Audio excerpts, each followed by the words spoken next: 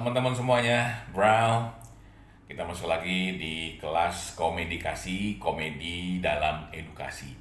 Hari ini gua akan kasih materi seputar masalah trans.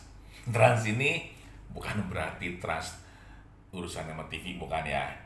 Bukan trans perubahan gender, bukan. Bukan trans untuk kendaraan, bukan transportasi, bukan.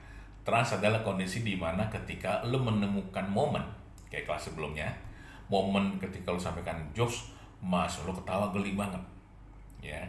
Jujur, ya, as a comedian, beberapa kali gue menikmati, ya. Dan itu buat komedian begitu ada sekali dapat dikejar terus tuh, supaya momen terjaga. Kenapa? Karena di komedi itu kan ada namanya LPM atau laugh per minute atau ketawa dalam semenit berapa kali. Itu ukuran kesuksesan dari si komedian. Tapi dosen itu bukan LPM yang dituju, ya. Jadi jangan pakai pendekatan itu. Cuma memang jujur aja ketika lo udah sekali ngejokes dan dimakan mereka lucu banget, akan timbul keinginan untuk melanjutkan jokes tadi atau dengan menuliskan jokes lain yang bisa lo tahu. Ini yang dibilang kondisi trans. Kalau trans itu kalau di buku creative thinking adalah kondisi di mana lagi on fire tuh, lagi kenceng-kencengnya tuh. Ketika kenceng-kencengnya diturunin tone-nya itu malah hilang momen, lu nggak pengen lagi. Contoh misalnya gini, ada pelukis nih lagi ngelukis, lagi asik-asik ngelukis, jangan lu ganggu, pasti marah dia. Kenapa? Lagi on fire, lagi kenceng-kencengnya. Gitu lu ganggu dia akan marah dan momen yang diharapkan akan hilang. Komedian pun demikian, ya. Yang harus dijaga kalau untuk di kelas komedi untuk edukasi adalah pas lo lagi on fire, gilalah gue harus bilang, lo harus kecewa nih, jangan diterusin. Kenapa? Kalau lo terusin kelas lo bukan jadi kelas kuliah, tapi kelas bercanda. Nah ini yang nggak boleh, ya. Ketika lo lagi on fire, lagi seneng-seneng, lagi kenceng-kenceng, lagi lucu-lucunya, justru di situ lo harus main momen, harus turunin dulu tone-nya. Atau kalau memang lo nggak mau buru-buru turun, oke lah, main sekitar 5 menit lah, jangan lebih, ya. 5-10 menit, setelah itu lo akan bilang, oke, sekarang bicaranya udah, kita balik ke materi lagi. Atau lo nggak usah bilang bicaranya udah, oke kita balik ke materi ya, nggak usah bilang bicaranya udahan. Karena takutnya kalau bicaranya udahan, maksudnya bilang, ya kok udahan sih pak, lagi dong pak, gitu, ya.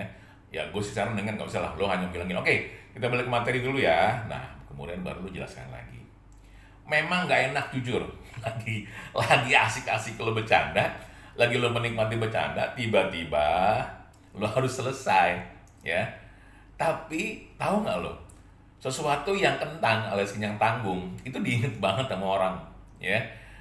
Dan ingat, lo kan tidak harus habis di situ kan, nanti di ujung lo akan main lagi, cuma jangan kebanyakan. Gua hanya mengingatkan kita kalau dalam kondisi yang trans tadi, materinya kepanjangan, lu lupa sama materi inti lu dan itu akan dianggap merendahkan materi lu sendiri. Nanti biasanya kalau di evaluasi dosen keluar tuh mahasiswa, si bapak A kebanyakan bercanda, si ibu B kebanyakan bercanda, materi jadi nggak jelas, ya jangan juga begitu, ya. Jadi apa yang lu disampaikan, jaga marwah materi lu tadi dalam posisi yang terhormat, jangan dibercandain kebanyakan, karena itu sangat tidak disukai oleh mahasiswa. Tapi hari itu saya mahasiswa gue yang bercandanya demen bercanda daripada ngajar. Itu karena lo lepas. Jujur mereka memang senang lebih senang bercanda ketimbang kuliah, ya. Cuma kan tugas kita memang bukan bercanda, tugas kita ngasih materi. Humor itu hanya kemasan, ya, atau bentuk kreatif penyampaian, bukan sebagai materi inti. Jadi yang intinya itulah yang kita harus jaga. Susah ngejaganya, iya, gue nggak bilang gampang, emang susah. Tapi harus bisa dimulai.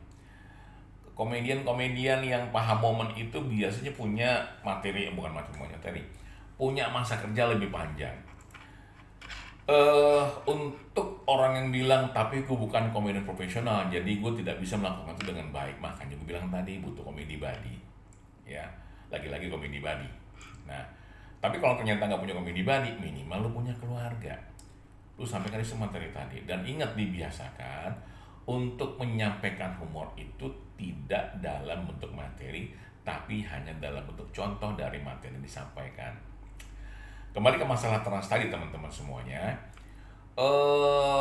Kalau begini kan gue bilang kalau semuanya humor itu ada di awal, tengah, di akhir, Ya, jangan sepanjang kuliah lo ngelawak mulu atau bercanda mulu.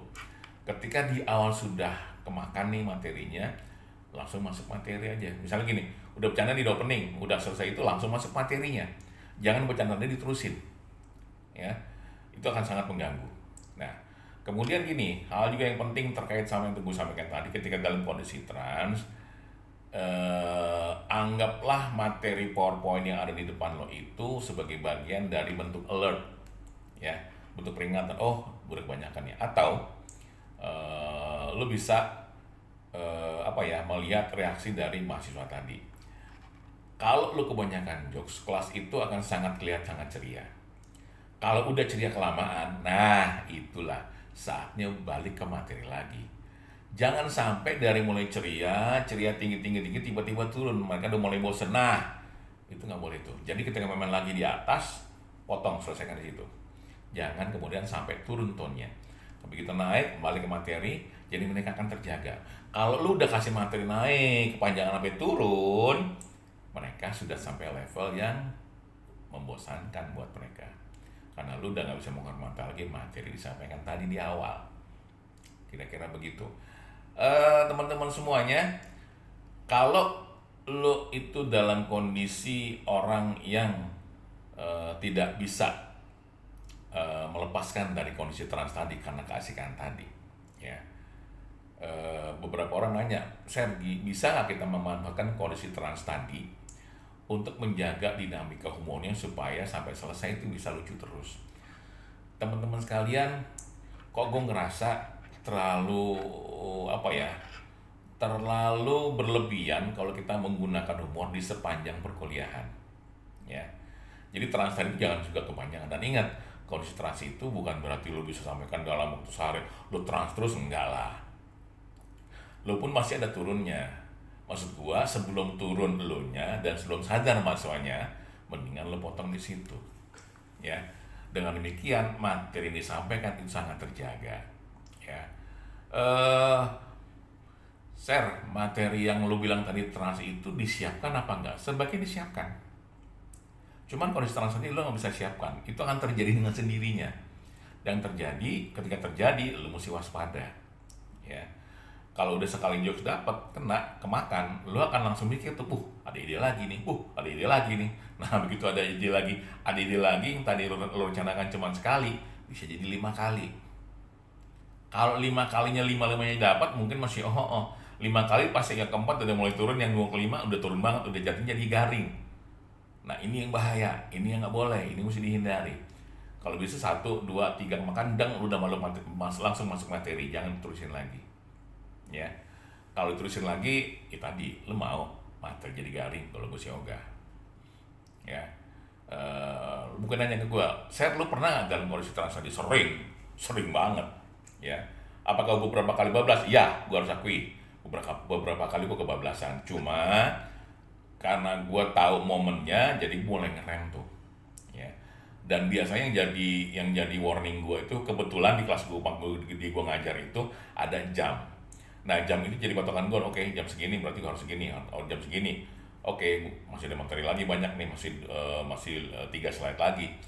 Nah, berarti yang materi jokes yang udah gue sampaikan tadi atau kondisi trans tadi itu menyadarkan gue untuk kembali segera ke materi yang ingin disampaikan. Warningnya lewat apa? Warningnya lewat jam yang ada di dinding. Kalau kita pakai jam tangan gimana? Bisa juga, tapi jam tangan tuh nggak selalu kelihatan. Saran gue adalah, kalau nggak ada jam di dinding gimana? Lepas jam tangan lo, taruh di samping laptop lo. Jadi ketika lo ngajar, lo bisa lihat, oke, gue udah kebanyakan di sini. Oke, materi gue tinggal segini dan jam gue tinggal segini, ya. Jadi lu bisa ngukur kira-kira sampai berapa lama materi ini bisa aman untuk disampaikan supaya tepat waktu. Gue selalu menyediakan 10 menit terakhir, ya. Jadi misalnya ngajar sampai jam 3, nggak berarti jam 3 gue kelar, enggak. Jam 3 kurang 10 gue kelarin. Setelah itu gue baru ngobrol-ngobrol santai sama mahasiswa gue. Supaya lagi-lagi biar hubungan yang baik itu terjaga dengan teman-teman mahasiswa, ya. Jadi kondisi trans tadi memang gue selesaikan di dalam waktu yang sangat singkat, dan gue menggunakan jam, ya, sebagai penanda, sebagai alerting gue bahwa gue harus selesaikan segera materinya, kalau nggak nanti kebablasan. Kira-kira itu teman-teman semuanya. Terima kasih udah ikut di kelas komunikasi komedi dalam edukasi.